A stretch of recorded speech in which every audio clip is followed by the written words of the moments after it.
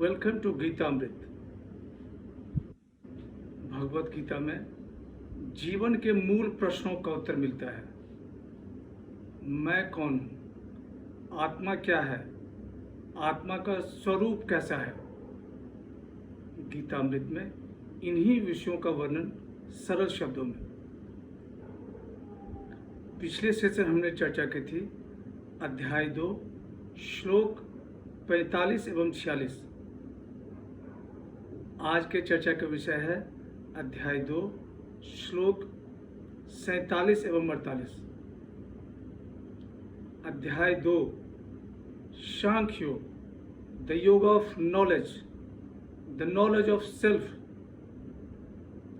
अध्याय 2 को गीता का सार भी कहा जाता है। श्लोक 47। कर्मण्येवाधिकारस्ते मा फलेषु कदाचन मा कर्म फल हेतुभू मा ते संगोस्तु कर्मणि। भगवान श्री कृष्ण कहते हैं कि हे अर्जुन, तुम्हारा अधिकार सिर्फ कर्म पे है, कर्म के फल पे तुम्हारा अधिकार नहीं है।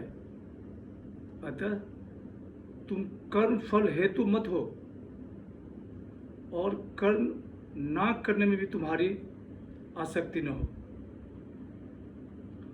O Arjun, you have right only on the actions, not on the fruits of actions. Let not the fruits of action be your motive.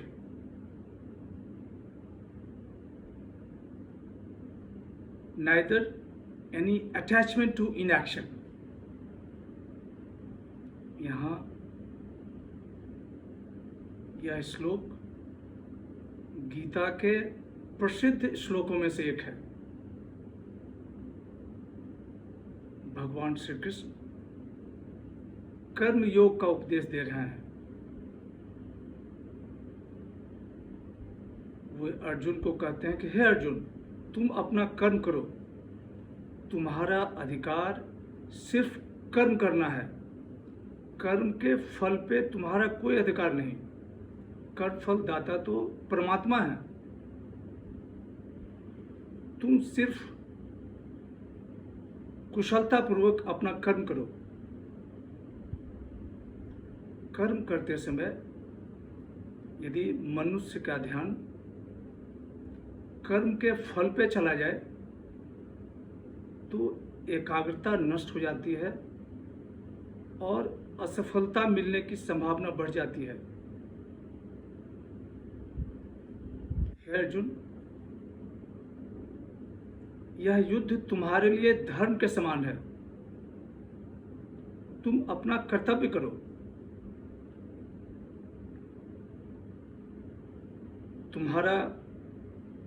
तुम्हारी आसक्ति कर्म ना करने में ना हो। मनुष्य का जीवन कर्म करने के लिए मिला है। अपनी योग्यता के अनुसार, अपनी शक्ति के अनुसार सभी मनुष्य को अपना कर्म करते रहना चाहिए। इसी में मनुष्य का कल्याण है।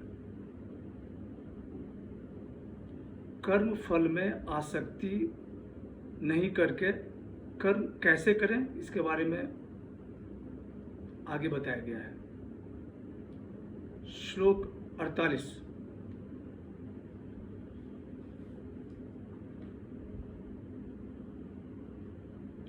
योगस्थः कुरु कर्माणि संग त्यक्त्वा धनंजय सिद्ध सिद्धियो समो भूत्वा समत्वं योग उच्यते। हे अर्जुन, योग में स्थित होकर आसक्ति को त्याग कर सिद्धि असिद्धि में समान रहकर तुम कर्म करो। यही समता को योग कहा जाता है। O Arjun, fixed in yoga, abandoning attachment with an evenness of mind in success and failure, you do your karma. This awareness of mind is called yoga. भगवान श्री कृष्ण अर्जुन को कहते हैं कि हे अर्जुन, तुम्हारा सारा कर्म परमात्मा के लिए होना चाहिए। तुम सारा कर्म परमात्मा के लिए करो,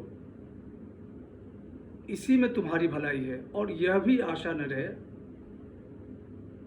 कि तुम्हारे कर्म करने से परमात्मा प्रसन्न हो जाएंगे।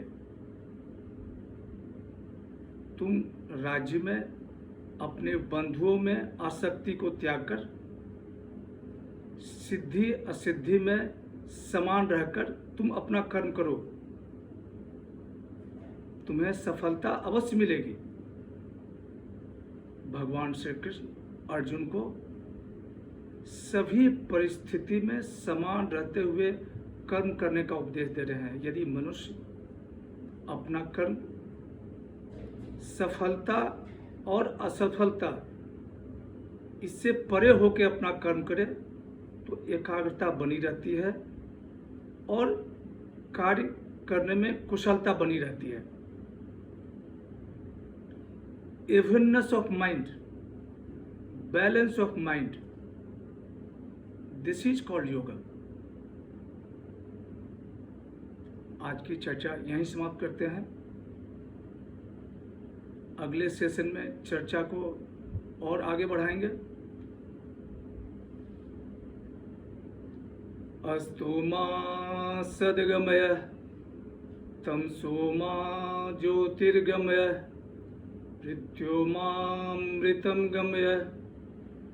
ओम शांति शांति शांति।